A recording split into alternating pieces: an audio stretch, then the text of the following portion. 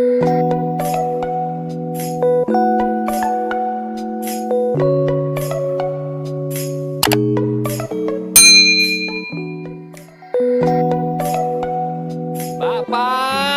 bakpaunya bakpao. Bakpao, bakpao. Wah, ada tukang bakpao. Enak tuh kayaknya. Jadi lapar lagi nih aku. Kamu sih memang lapar terus. Yuk kita beli bakpaonya Naomi. Fahmi, jangan lupa tanya dulu ke mamangnya. Halal nggak tuh bakpaunya? Iya. Mang, beli bakpaonya dong. Bakpaonya halal kan, Mang? Halal atuh, Cep. Tuh, lihat di gerobaknya Mamang. Ada logo halalnya dari MUI. Pokoknya mah, bakpao Mamang dijamin halal dan enak. Oke deh, Mang. Minta satu ya bakpaonya yang rasa coklat. Siap, Cep. Berapa mang bakpaunya? 5.000 aja, Neng. Aduh, uangku ketinggalan nih. Di kantong cuma ada 2.000. Eluh. Ada apa, Naomi? Ini loh, uangku cuma 2.000. Tapi harga bakpaunya 5.000. Kurang uangku. Oh, begitu. Nih, aku pinjamkan 3.000. Tapi besok kamu kembalikan 5.000 ya. Nah, Loh, kok begitu? Memangnya kenapa? Kan aku sudah meminjamkan uangku. Nggak mau kalau begitu. Masa pinjam 3.000 kok harus kembalikan 5.000? eluh, Dek. Udah atuh, jangan ribut di sini. Jadi gak belinya? Assalamualaikum. Waalaikumsalam, Pak Ustadz. Wah, kebetulan ada Pak Ustadz. Loh, memangnya ada apa, Mang? Ini, Tat. Neng Naomi mau beli bakpao. Tapi pas mau bayar, ternyata uangnya teh kurang. Cep Fahmi mau pinjamkan 3.000. Tapi dengan syarat harus dikembalikan 5.000. Neng Naomi-nya teh nggak mau. Astagfirullahalazim. Benar begitu, Fahmi? Iya, Pak Ustadz. Kan lumayan. Fahmi bisa untung. Hehe. Aduh, Fahmi. Tidak boleh seperti itu. Jika kita meminjamkan uang sebesar 3.000, maka yang harus kita terima kembali adalah 3.000. Tidak kurang dan tidak lebih. Tuh Fahmi, tidak boleh seperti itu tahu. Loh, memangnya kenapa, Pak Ustadz? Apabila hutang 3.000 dikembalikan 5.000, maka tambahan 2.000 itu disebut riba. Dalam agama kita, riba itu merupakan hal yang sangat dibenci oleh Allah Subhanahu wa Ta'ala. Waduh, berarti apa yang Fahmi lakukan tadi harus dihindari ya, Pak Ustadz? Betul. Orang yang berhutang berarti dia sedang membutuhkan bantuan kita.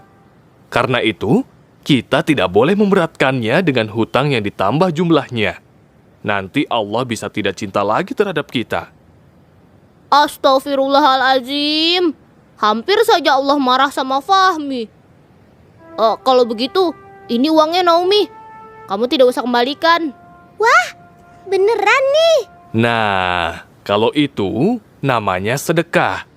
Allah Subhanahu wa Ta'ala sangat suka dengan orang yang bersedekah. Hehe, Fahmi gitulah. Ya udah, makasih ya Fahmi. Tapi nanti aku tetap kembaliin uang kamu. Karena aku kan cuma pinjam. Nah, biar lebih disukai Allah, gimana kalau Cep Fahmi beli lagi bakpaunya 5? Enak aja.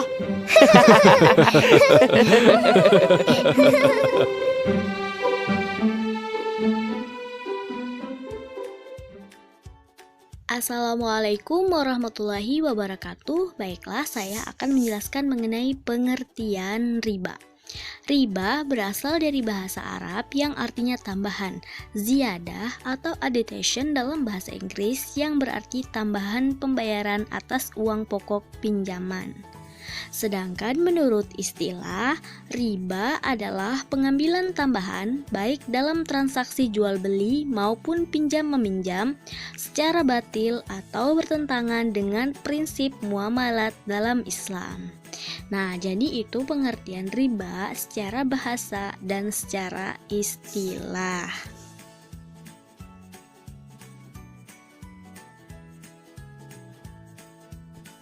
Selanjutnya, kita akan membahas mengenai dasar hukum riba.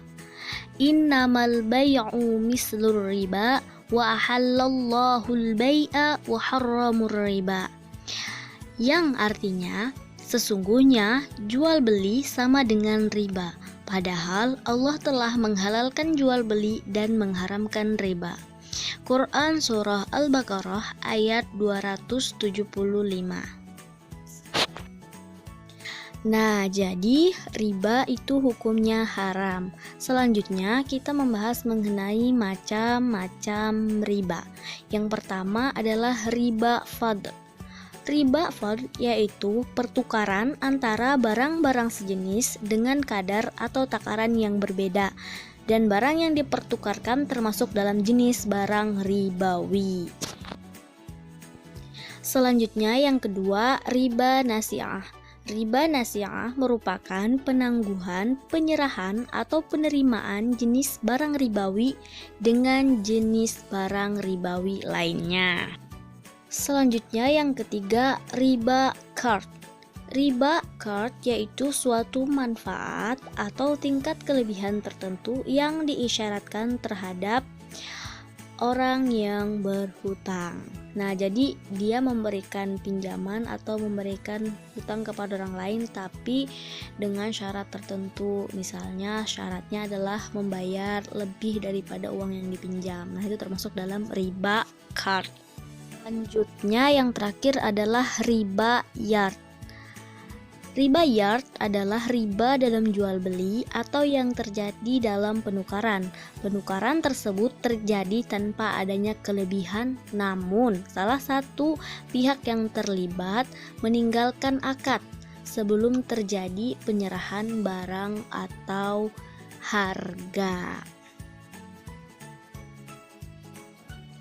Selanjutnya, kita akan membahas mengenai hikmah dilarangnya riba.